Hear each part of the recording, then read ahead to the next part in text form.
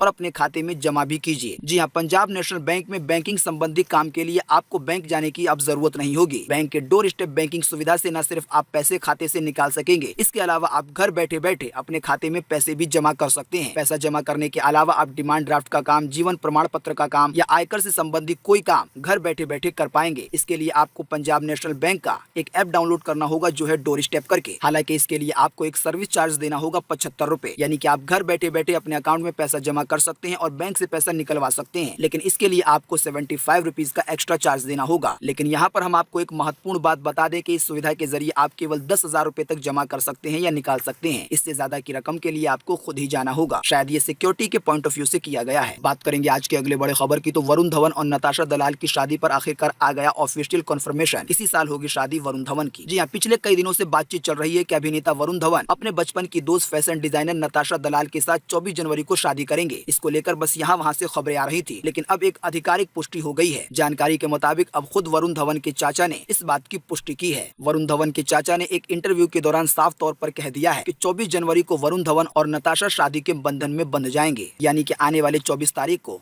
वरुण धवन की शादी हो जाएगी इस रिपोर्ट के मुताबिक। बात करेंगे आज के अगले बड़े खबर की, तो केरल में एक स्कूल एक IAS योजना शुरू, गरीब बच्चों को मिलेगी मुफ्त में कोचिंग। जी हाँ, केरल के राज्यपाल के आरिफ मोहम्मद खान ने राज्य के 10,000 प्रतिभाशाली लेकिन आर्थिक रूप से कमजोर बच्चों को मुफ्त में प्रशासनिक सेवा एवं अन्य प्रतियोगी परीक्षाओं की कोचिंग देने की योजना की शुरुआत की है। यानी कि जो बच्चे ऐसे हैं जो कि पढ़ने में तो अच्छे हैं लेकिन उनकी आर्थिक स्थिति यानी कि पैसे की स्थिति सही नहीं है, तो ऐसे बच्चों को कोचिंग बिल्कुल मुफ्त दी जाएगी। केरल में एक योजना की भी शुरुआत की गई है कि एक स्कूल एक IAS, यानी कि एक स्कूल से एक IAS तो आना ही चाहिए। दोस्तों, अगली खबर के बारे में बढ़ने से पहले आपके लिए एक बड़ा सर्वे और एक बड़ा सवाल इसी खबर से जुड़ा हुआ। आप हमें इसी वीडियो के नीचे कमेंट बॉक्स में कमेंट करके बताएं कि इस तरह की योजना देश के दूसरे राज्यों में या पूरे देश में भी आनी चाहिए या नहीं आनी चाहिए, जिस योजना के जरिए ऐसे बच्चे जो कि पढ़ने में तो अच्छे हैं लेकिन उनकी आर्थिक स्थिति सही नहीं है, यानी कि उनके परिवार में पैसे की दिक्कत रहती है, तो ऐसे बच्चों को जो कोचिंग है यानी कि उनको ट्यूशन भी मुफ्त में दिया जाए ताकि वो लोग आने वाले दिनों में एक बड़े अफसर बने, हमारे देश का नाम किसी न किसी तरीके से रोशन करें। तो आप इसी वीडियो के नीचे कमेंट बॉक्स में कमेंट करके बताएं